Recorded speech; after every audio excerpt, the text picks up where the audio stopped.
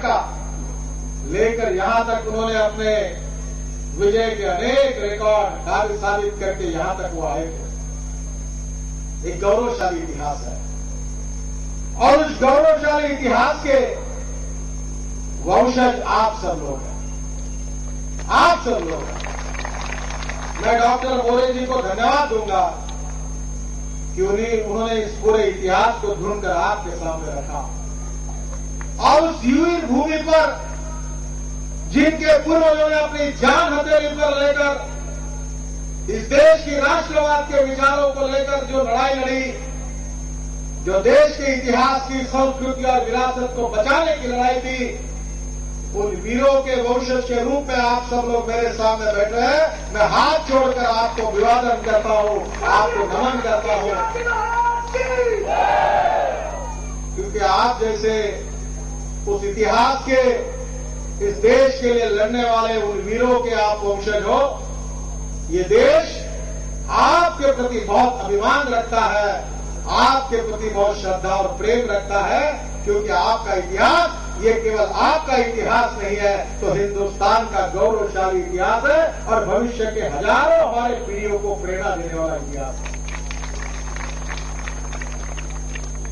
आज छत्रपति शिवाजी महाराज हमारे बीच में, बहुत समय बीत गया है, पर एक समझा जाता है कि भूतकाल के इतिहास में जो घटनाएं होती है और वर्तमान काल में उस घटनाओं को समझकर भविष्य की नीति जब बनाई जाती है तो देश अंतिमतः यशस्वी होता है।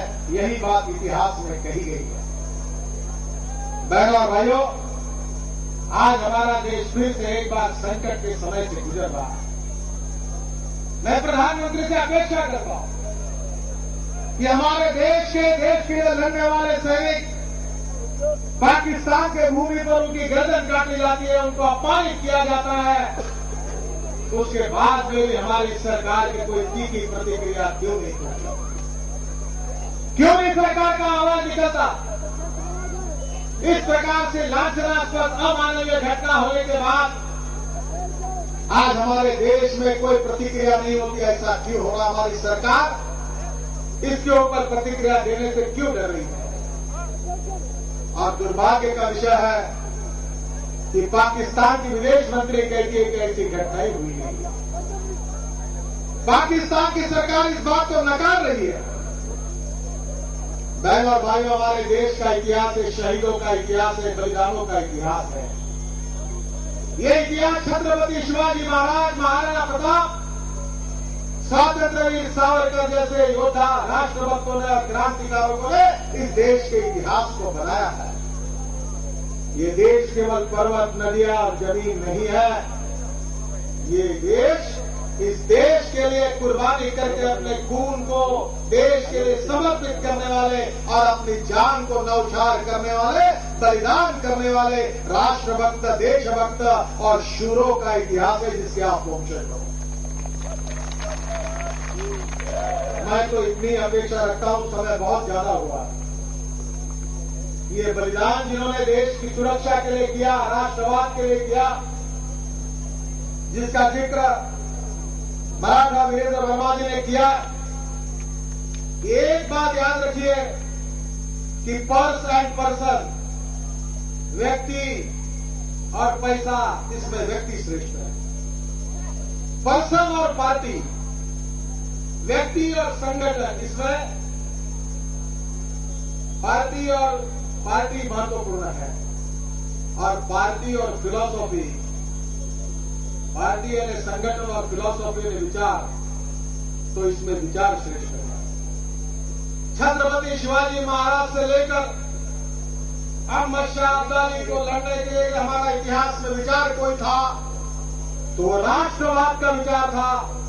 बार बार छत्रपति शिवाजी महाराज कहते थे कि अब हिंदू पातशाही की स्थापना करेंगे, ये तो श्री की इच्छा है।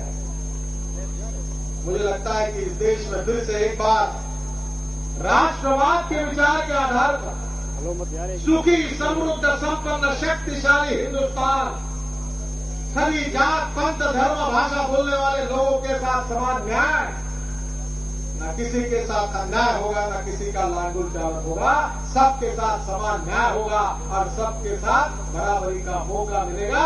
यही छत्रपति शिवाजी महाराज का विचार लेकर देश आगे जाएगा। मैं आपसे इतनी ही प्रार्थना करता हूं कि जिन वीरों ने बलिदान किया, आज वो शौर्य दिन के रूप में, समारोह के रूप में हम मना रहे हैं।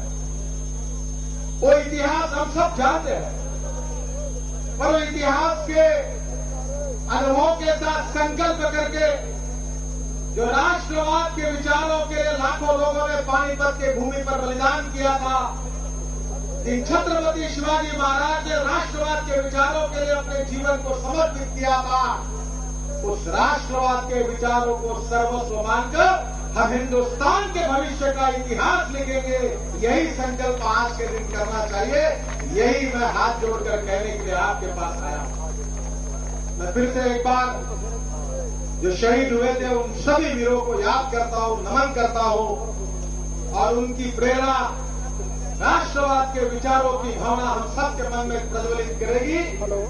भविष्य का इतिहास हम लिखेंगे, अंधेरा छटेगा, सूरज निकलेगा और सुखी समृद्ध संपन्न शक्तिशाली हिंदुस्तान जो दुनिया की नंबर 1 की ताकत बनाकर हम रहेंगे, इस देश को बनाकर रहेंगे।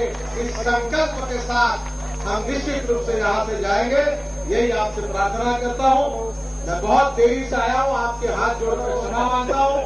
फिर भी आप इतने समय तक यहाँ रुके रहे, इसलिए आपकी बहुत बहुत आभार मानते हुए फिर से एक बार शहीदों को अभिवादन करते हुए अपना भाषण समाप्त करता हूं। धन्यवाद। जय हिंद, नमस्कार। छत्रपति शिवाजी महाराज की जय भवानी, जय भवानी, जय भवानी, भारत माता की।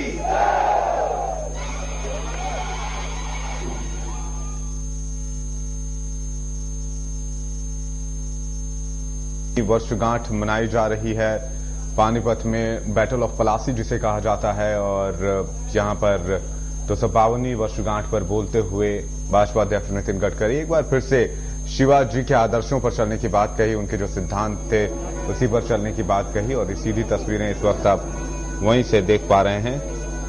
वीर शिवाजी को उन्होंने याद किया, छत्रपति शिवाजी जिन्हें कहा जाता है। और दुश्मन उनके तलवार से थर थर कांपते थे और उसी शिवाजी की जरूरत को आज उन्होंने बताया कि उन्हीं शिवाजी की जरूरत है। आज फिर से एक बार जिस तरह के हालात देश में हैं, जिस तरह की चीजें देश में घटित हो रही हैं।